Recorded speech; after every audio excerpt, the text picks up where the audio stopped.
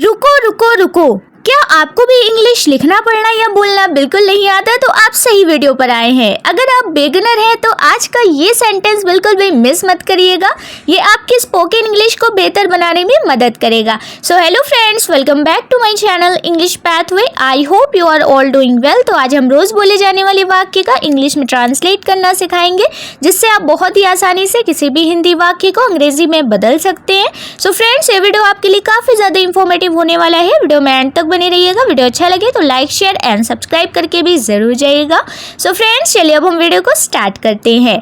So friends, यहाँ पर जो सबसे पहला हमारा हिंदी वाक्य है वो क्या है? मुझे यह फोटो भेज दो। ध्यान से देखिएगा फ्रेंड्स, टाइटल हमने क्या लिखा है? रोज बोले जाने वाले वाक्य, यानी हमारी जो बेसिक लैंग्वेज है, ठीक है, जो हम रोज बोलते हैं, हम उसका ट्रांसलेशन करना सीखेंगे। तो यहाँ पर हम हिंदी में भी लिख रहे हैं। जो भाई बहन हमारे हिंदी नहीं जानते वो भी उनको अच्छे से आ जाएगी। मुझे यह फोटो भेज दो। फ्रेंड्स, अब हम क्या करेंगे, इस वाक्य के ईच एंड एवरी वर्ड्स की मीनिंग इंग्लिश में लिखते जाएंगे और इसी तरह से पूरे सेंटेंस को कंप्लीट करेंगे, जिससे आपकी word meaning plus translation plus spoken English आपका काफ़ी स्ट्रॉन्ग हो जाएगा और आप बहुत ही इजीली इंग्लिश को बोल पाएंगे। तो चलिए बिना किसी देरी के अब हम इसका ट्रांसलेशन निकाल लेते हैं। फ्रेंड्स, ध्यान से देखिए, यहाँ पर लिखा हुआ है मुझे यह फोटो भेज दो। तो भेज दो, ध्यान से देखिएगा, भेज दो यानी सेंड, ठीक है, सेंड करना यानी भेज देना, ठीक है। भेज दो की अंग्रेजी क्या हो गई? सेंड। मुझे की अंग्रेजी लिखेंगे मी, और यह की अंग्रेजी हम क्या लिखेंगे? दिस। और फोटो को क्या लिखेंगे? फोटो, ठीक है। अब हम क्या लगा देंगे? Full stop. मुझे यह फोटो भेज दो, सेंड मी दिस फोटो। तो चलिए अब हम अपने अगले वाक्य की तरफ चलते हैं। फ्रेंड्स, अगला हमारा वाक्य है मैं अभी बाहर जा रही हूँ। मैं अभी बाहर जा रही हूँ, ठीक है। मैं अभी बाहर जा रही हूँ, इसका ट्रांसलेशन क्या हो जाएगा? देखिए, सबसे पहले ध्यान से देखिएगा, मैं की अंग्रेजी हम लिखने वाले हैं, ठीक है। मैं की अंग्रेजी हमने यहाँ पर क्या लिखा? I am. और जा रही हूँ की अंग्रेजी यहाँ पे हम क्या लिखेंगे? गोइंग, ठीक है, गोइंग। और कहाँ जा रही हूँ? बाहर जा रही हूँ। तो बाहर की अंग्रेजी क्या हो जाएगी? आउटसाइड, ठीक है, आउटसाइड। अभी जा रही हूँ, अभी की अंग्रेजी क्या हो जाएगी? नाउ।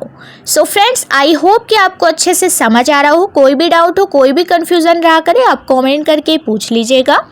तो मैं अभी बाहर जा रही हूँ, I am going outside now. तो चलिए इसी के साथ बढ़ते हैं अगले वाक्य की तरफ। तो फ्रेंड्स, अगला हमारा जो वाक्य है वो है नेटवर्क बहुत खराब है। नेटवर्क बहुत खराब है, ठीक है। नेटवर्क बहुत खराब है, इसका ट्रांसलेशन क्या हो जाएगा? फ्रेंड्स देखिए, नेटवर्क हमारा सब्जेक्ट है। सब्जेक्ट लिखने से पहले हम द का प्रयोग करते हैं। सबसे पहले हम क्या लिखेंगे? द। और नेटवर्क तो खुद ही इंग्लिश वर्ड है, नेटवर्क को नेटवर्क ही लिखेंगे। स्पेलिंग आप अच्छे से देख लीजिए, ठीक है। नेटवर्क है की अंग्रेजी हो जाती है इज, बहुत की अंग्रेजी हो जाती है वेरी, और खराब है यानी बैड। खराब का इंग्लिश क्या होगी? बैड। नेटवर्क बहुत खराब है, the network is a very bad. तो चलिए अब हम अपने अगले वाक्य की तरफ चलते हैं। फ्रेंड्स, अगला जो हमारा वाक्य है वो है मेरा फोन कहाँ है। मेरा फोन कहाँ है, ठीक है। मेरा फोन कहाँ है, इसका ट्रांसलेशन क्या हो जाएगा? फ्रेंड्स देखिए, सबसे पहले कहाँ की अंग्रेजी हम लिख लेते हैं वेयर, ठीक है। कहाँ की अंग्रेजी क्या होती है? वेयर।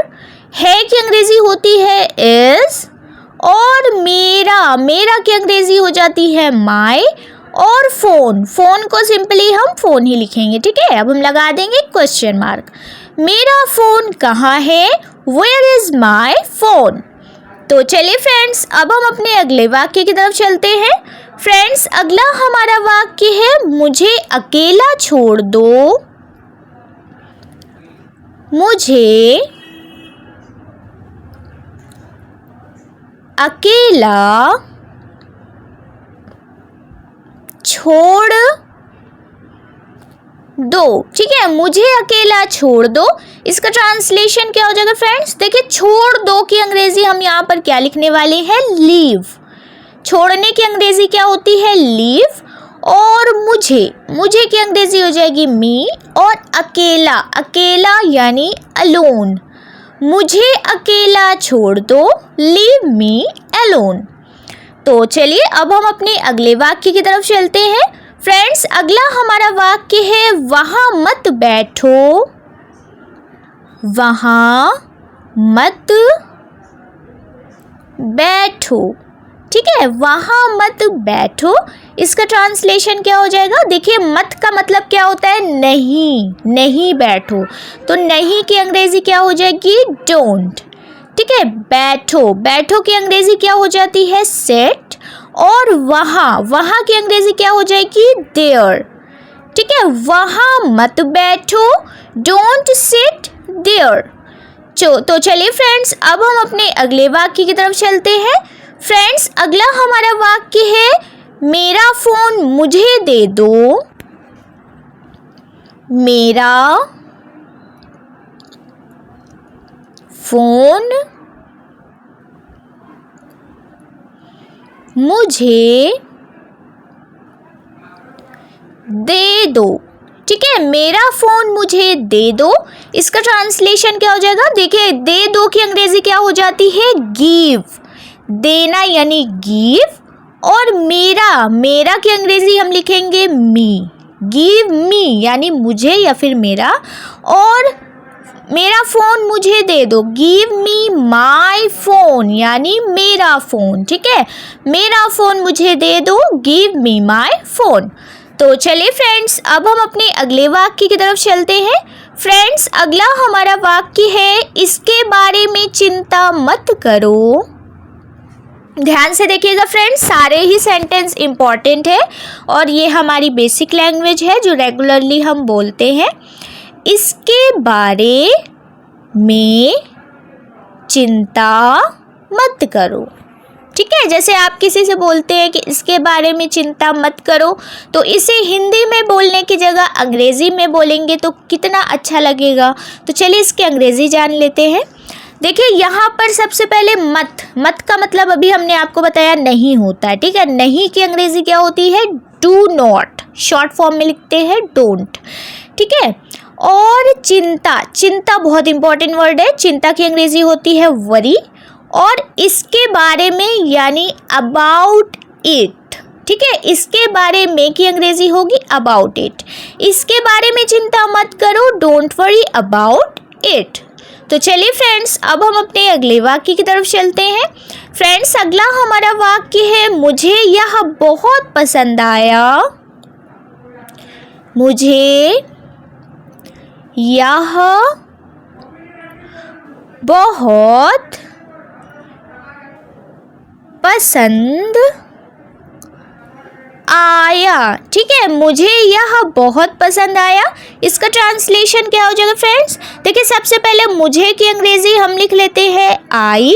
और पसंद आया यानी पसंद आ चुका है तो लाइक्ड लिखेंगे। लाइक में हम ईडी लगा देंगे। ठीक है, आई लाइक्ड। यह की अंग्रेजी हो जाती है दिस। बहुत की अंग्रेजी हो जाती है वेरी मच। वेरी मच यानी बहुत। ठीक है, वेरी मच। मुझे यह बहुत पसंद आया, I liked this very much. तो चलिए अब हम अपना आखिरी वाक्य लिख लेते हैं। फ्रेंड्स आखिरी हमारा वाक्य है मेरे पास तुम्हारे लिए कुछ है। मेरे पास तुम्हारे लिए कुछ है।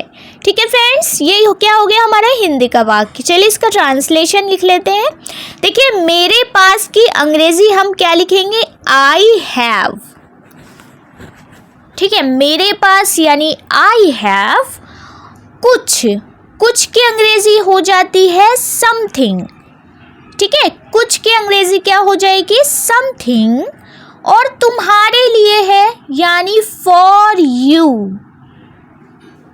ठीक है, मेरे पास तुम्हारे लिए कुछ है, I have something for you. So friends, I hope कि आपको हमारा ये वीडियो इन्फॉर्मेटिव लगा हो, तो कमेंट करके ज़रूर बताइएगा। चलिए मिलते हैं नेक्स्ट वीडियो में, तब तक के लिए टेक केयर, बाय बाय।